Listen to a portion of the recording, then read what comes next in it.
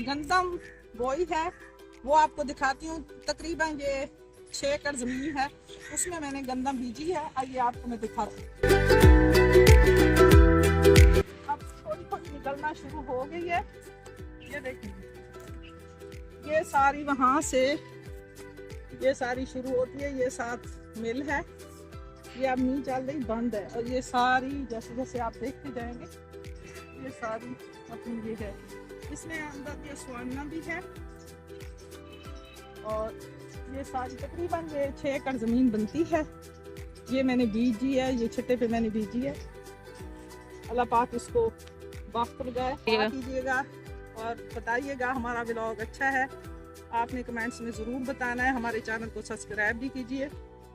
अगर आप लोगों को ये हमारा व्लॉगिंग पसंद है तो इंशाल्लाह हम इससे भी ज़्यादा अच्छी आपको दिखाएंगे।